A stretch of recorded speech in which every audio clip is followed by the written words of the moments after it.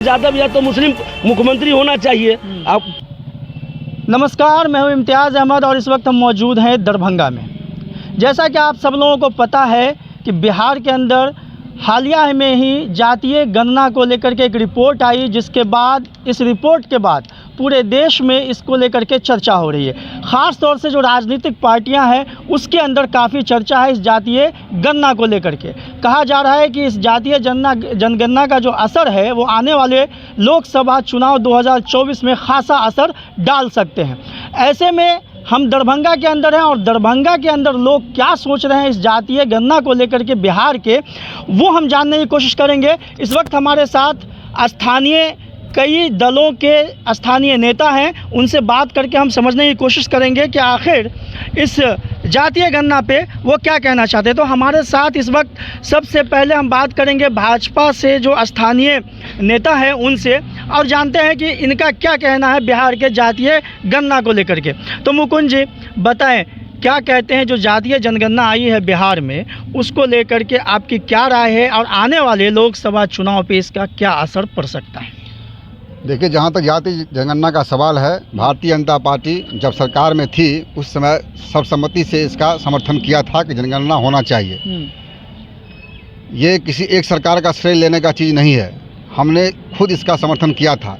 जहाँ तक जनगणना का आंकड़ा, ये एक तो पहली बार जनगणना है नहीं, ये सर्वेक्षण है, सर्वे हुआ है किस जाति की कितनी आबादी बिहार में है। बिल्कुल। तो इसको जनगणना कहना ठीक नहीं रहेगा। दूसरी बात, जो जिस तरह का आंकड़ा जारी किया गया है उस सर्वेक्षण में 18 पॉइंट पर लोगों से राय लिया गया था। नाम, पिताजी का नाम, माँ का नाम, घर, जाति, ज़मीन कितना है, मोटरसाइकिल है, 4 चक्का है, बहुत सारे विषयों पर राय ली गई थी। लेकिन सिर्फ एक आंकड़ा जारी करना कहीं न कहीं बिहार में जातीय हिंसा को बढ़ावा देने के उद्देश्य से यह किया गया है। और जिस तरह का आंकड़ा जारी किया गया है यह आंकड़ा अपने आप में गलत भी है। गलत किस हिसाब से आप लोग कह रहे हैं इसको, कि क्यों है गलत? गलत ये है कि इसमें जैसे जनगणना के बाद मुख्यमंत्री जी की यहाँ सर्वदलीय बैठक बुलाई गई थी, उसमें हमारे दल के लोगों ने कहा कि जब 18 पॉइंट पर आपने गणना किया था तो सिर्फ एक चीज़ आप क्यों बता रहे हैं। उस पर संसदीय कार्य मंत्री जी का बयान आया कि बाकी चीज़ व्यक्ति के निजता का मामला है। तो जब निजता का मामला है तो आपने देखा होगा, जैसे हम लोग मीडिया से देखे, जानकारी मिला, उपेंद्र कुशवाहा जी का व्यक्तिगत आंकड़ा भी जारी कर दिया गया। वह जारी कोई और नहीं किया, जनता दल यू के प्रदेश के प्रवक्ता आदरणीय नीरज कुमार जी ने उपेंद्र कुशवाहा जी का आंकड़ा जारी किया। तो क्या उपेंद्र कुशवाहा जी सरकार के इशारे पर, नीरज कुमार जी सरकार के इशारे पर उपेंद्र कुशवाहा जी का व्यक्तिगत आंकड़ा जारी किया, यह कहीं न कहीं उच्चतम न्यायालय के आदेश का भी उल्लंघन है। लेकिन जो यह आंकड़ा हड़बड़ी में कुछ अधिकारियों के द्वारा हम लोग सरकार को भी इसमें संशय में रखा गया है। अधिकारियों जिस तरह से डाटा को हेरा फेरी करके जारी किया है, यह कहीं न कहीं गलत है। और मेरा वही फिर डिमांड रहेगा सरकार से, इसको फिर से दुरुस्त करके डाटा सार्वजनिक किया जाए ताकि लोगों के मन में जो भ्रांतियाँ है वह कम हो सके। चलिए, तो ये दरभंगा से भाजपा के नेता हैं जिनका कहना है कि जो डाटा जारी किया गया है वो जल्दबाजी में जारी किया गया और इसमें कई तरह की त्रुटियां हैं जिससे कि भ्रम फैल रहा है। बहरकैफ, आप लोग लेफ्ट से बिलोंग करते हैं, आपकी क्या राय है? देखिए, ये जातीय जनगणना की बात जो कर रहे हैं या हमारे भाजपा के साथी जातीय सर्वेक्षण की बात कर रहे थे, मैं कह रहा हूँ कि यह गणना बिल्कुल उचित है और 100% गणना में सही कार्य बरता गया। अभी हमारे बीच जातीय जनगणना कर रहे थे, सर्वेक्षण करने वाले सुपरवाइजर भी रहे और हमने देखा है कि हमारे घर पर 2, 3, 4 बार लोग आए हैं गणना करने के लिए। पहले घर गणना करने के लिए आए, फिर न्यायालय का मामला बना, फिर उसके बाद आए। तो मैं मानता हूँ यह बात कहीं से उचित नहीं है। चाहे बड़े बड़े नेता MP रविशंकर प्रसाद हो या विजय कुमार सिन्हा वगैरह क्या बक रहे हैं, समझ में नहीं आ रहा है। मतलब इन लोगों की स्थितियाँ इतनी गंदी हो गई, इतनी खराब हो गई है कि अब इनकी कमर टूट चुकी है। जाति समाज की सच्चाई है, उसका शिकार मैं 3 बार हुआ हूँ। असिस्टेंट प्रोफेसर के इंटरव्यू में हुआ हूँ, असिस्टेंट रजिस्ट्रार के इंटरव्यू में हुआ हूँ, पुनः असिस्टेंट प्रोफेसर के इंटरव्यू में हुआ हूँ। सिर्फ मेरे जाति के कारण ऐसी घटनाएं घटी। आप देखो रिजल्ट, अभी भी मेरे पास रिजल्ट इस मोबाइल में है। अब मैं कह रहा हूँ कि जिन लोगों को इस बात की चिंता थी कि रिजर्वेशन के आने पर मेरिट में क्या घपला हो रहा है, आज उनकी आबादी 15%, उनका रिजर्वेशन 10%। मैं ये नहीं कह रहा हूँ, मैं कह रहा हूँ इस देश का प्रधानमंत्री खुद को कहते हैं OBC। वो असली है कि नकली है, जांच का विषय है। तो इस क्यों नकली का सवाल कहाँ से मैं आ इसलिए बता रहा हूँ, असली है कि नकली है, जांच का विषय है। जब वो मुख्यमंत्री बनते हैं गुजरात में, तब जाकर के अपनी जाति को ओबीसी के अंदर लेते हैं। और हम तो साहब जनजात, ओबीसी और शुद्धर हैं। ये तेली हमारे साथ, हमारे बीच ये उसी समाज के लोग बैठे हुए हैं, यही बताएंगे वो असली तेली हैं कि नकली तेली हैं। तो मैं कह रहा हूँ कि हम तो जनजात शुद्धर हैं, वो तो बनाए हुए शुद्धर हैं। तो इस देश का प्रधानमंत्री यदि कहते हैं कि हम ओबीसी हैं, तो इस देश के प्रधानमंत्री को क्या दिक्कत है ओबीसी का गणना करा लेने में? इस देश का प्रधानमंत्री कहते हैं हम पठान के बच्चे हैं, तो उनको क्या दिक्कत है पठान का गणना करा लेने के लिए? इस देश का प्रधानमंत्री कई वक्तव्य में कहे कि हम मैं दलित हूँ, क्या दिक्कत है उनको दलित का गणना करा लेने में, आदिवासी का गणना करा लेने में? आप चाहते हैं कि राष्ट्रीय स्तर पे होना चाहिए? बिल्कुल, राष्ट्रीय स्तर पर केवल गणना ही नहीं होनी चाहिए, गणना के साथ साथ हिस्सेदारी भी तय होनी चाहिए। और केवल जातीय गणना से काम नहीं चलेगा। आपको इस जातियों के अंदर जो ओबीसी हैं, जो दलित हैं, जो माइनॉरिटी हैं, जो शेड्यूल्ड ट्राइब हैं, उनके अंदर उनकी आर्थिक स्थिति क्या है इसकी भी खुलासी होनी चाहिए। उनके अंदर नौकरियों की भी हालत क्या है उसकी भी खुलासी होनी चाहिए। उनके पास जमीन वो कितना जोतते हैं उसकी भी खुलासी होनी चाहिए। और जो सवर्ण लोग हैं, जो जनरल सामान्य कैटेगरी से आते हैं, उनके भी नौकरियों का खुलासा होनी चाहिए, उनके भी आर्थिक स्थिति की खुलासा होनी चाहिए। एक सवाल मेरा ये उनकी है, जमीन और जल जंगल जमीन का खुलासा होनी चाहिए। ठीक कितना है, वैध और कितना तो अवैध रखे हुए हैं। अभी बिहार में बिहार सरकार ने ये गणना कराया। अभी भाजपा के नेता कह रहे थे कि 18 पॉइंट पे गणना हुई थी, आपने सिर्फ जाति का गणना रिलीज कर दिया, बाकी को आपने दबा के रखा है और इसमें आप जो है ये चुनावी आप लाभ लेना चाह रहे हैं। नहीं, मैं मानता हूं कि उस पर ही काम हो रहा है। पिछले दिनों मैं टेलीविजन चैनल पर देख रहा था, मैं किसी सरकार से अटैच नहीं हूं। नहीं, एक साथ सबको करना चाहिए था, क्या दिक्कत है? मैं कह रहा हूं कि काम चल रहा है। काम तो कोई चल रहा है तो नहीं, एक मैं को कह रहा हूं, क्यों रिलीज बिल्कुल किया मैं गया? कह रहा हूं कलेक्टिविटी करने में, कलेक्शन करने में, जितने डाटाज आए हुए हैं उस डाटाज को कलेक्ट करने के बाद जो उसका वो पूरा ये करना है उसमें समय लगेगा। और समय लगता है, धीरे धीरे सब होगा। तो एक साथ सबको करते, एक साथ सब आ जाता। अगर एक साथ ही नहीं हुआ तो क्या दिक्कत है? हो रहा है, सेकेंड टाइम होगा, थर्ड टाइम होगा, तो उसमें दिक्कत क्या है? मैं कह रहा हूँ भाजपा के लोगों को ही परेशानी क्यों हुआ इस देश में? इस देश में भाजपा के साथ अन्य पार्टियां भी है, उसको परेशानी क्यों नहीं हुआ? भाजपा के साथ जो असली दलित है, जो अति पिछड़े हैं, जो पिछड़े हैं, उनकी परेशानी क्यों नहीं झलक रही है? जो सवर्ण प्रोग्रेसिव हैं उनकी परेशानी क्यों नहीं झलक रही है? मैं तो मानता हूँ रवीश कुमार सवर्ण जाति से आते हैं, मनोज झा सवर्ण जाति से आते हैं। जब मनोज झा बात करते हैं तो मनोज झा को गाली देता है लोग, और कौन गाली देता है? सवर्ण ही गाली देता है। मैं कह रहा हूँ उनको जब परेशानी नहीं है तो इन तथाकथित भाजपाई को, तथाकथित हिंदुओं को क्या परेशानी है? इसलिए परेशानी है साहब कि हिंदू का जो बहुसंख्यक है, दलित, आदिवासी, पिछड़ा, अति पिछड़ा, उसके अधिकारों का हमला किया है और इलेक्शन के समय उसको हिंदू बनाया है। और जब अधिकार की बात हुई तो उसके अधिकारों पर हमला किया है। आपको इसका उदाहरण मिलेगा, जब नरेंद्र मोदी आए तो आने से पहले मुसलमानों के खिलाफ बके, फिर आए तो दलित लोगों को लगा, पिछड़ों को लगा कि हम हिंदू हैं। आपके सवाल का जवाब ले लेते हैं। ये कह रहे हैं कि आप लोग जब इलेक्शन आता है तो सबको हिंदू बना देते हैं, फिर जब इलेक्शन खत्म हो जाता है, जीत लेते हैं, उसके बाद सबको भूल जाते हैं, क्या कहेंगे आप? सबसे पहले तो मुझे गर्व है कि हम हिंदू हैं। नहीं, और यदि ठीक है। हिंदू यदि कोई बनना चाहता है तो मुझे इसमें खुशी है, क्योंकि देश में सभी लोग हिंदू ही थे। आप पे आरोप ये लग रहा है कि आप इलेक्शन के समय पूरे देश के लोगों को हिंदू तो बना देते हैं, लेकिन बाद में जो है भूल जाते हैं, उनके लिए काम नहीं करते। नहीं, ऐसा नहीं, ये सरासर गलत है। हम हिंदू मानते हैं तो हिंदू के लिए काम करते हैं, हम कभी जाति पाति का कोई बात ही नहीं करते हैं। माननीय प्रधानमंत्री जी का एक मात्र है कि जाति देश में दो है, एक गरीबी और एक अमीर। अमीर जाति का लोग कितना है और गरीब जाति का लोग कितना, इसका सर्वेक्षण मुख्यमंत्री जी बता दें हम लोगों को। आने वाले चुनाव में कितना भी जाति जनगणना करा ले या कुछ भी कर ले, भारत का एक एक समाज, एक एक जनता प्रधानमंत्री नरेंद्र मोदी के साथ खड़ा है। और 2024 के चुनाव में प्रचंड बहुमत के साथ बिहार की सभी 40 की 40 सीट जीतकर प्रधानमंत्री को पुनः एक बार देश की जनता प्रधानमंत्री बनाने को तैयार है। नहीं, मैं मानता हूँ। इनके इन बातों का खंडन करता हूँ जो ये कहते हैं हिंदू बनाने की बात।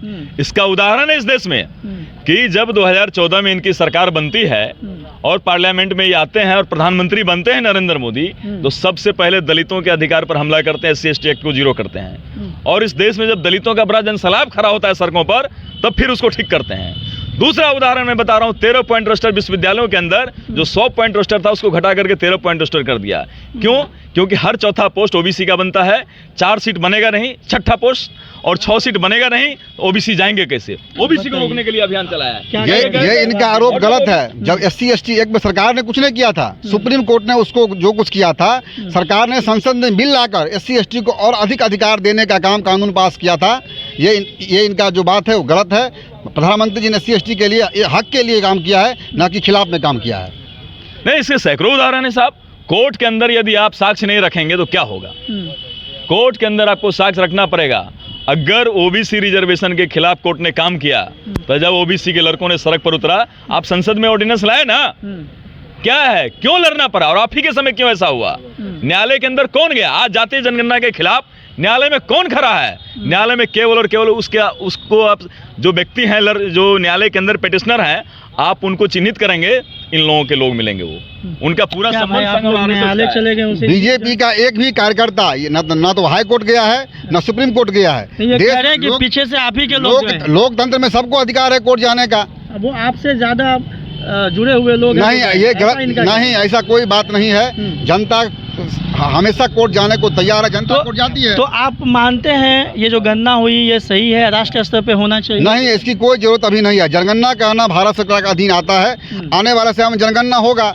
ये जाति गणना करना ये कहीं से उचित नहीं था, और जिस तरह का ये आंकड़ा दिया गया तो सरासर गलत है। ये समाज की भावना को तोड़ने का काम करेगा, ना कि जोड़ने का। यानी अगर हम कहें भाजपा का स्टैंड यहाँ पे ये है कि जातीय गणना नहीं होना चाहिए था। जातीय गणना होना चाहिए था, लेकिन जिस आधार पर आपने 18 पॉइंट पर गणना किया, इतनी जल्दबाजी क्या थी? कल सामने चुनाव खड़ा है तो आप लोग को जाति बता रहे हैं, तो क्या ये तो नहीं बता रहे गरीब कितना है, अमीर कितना है?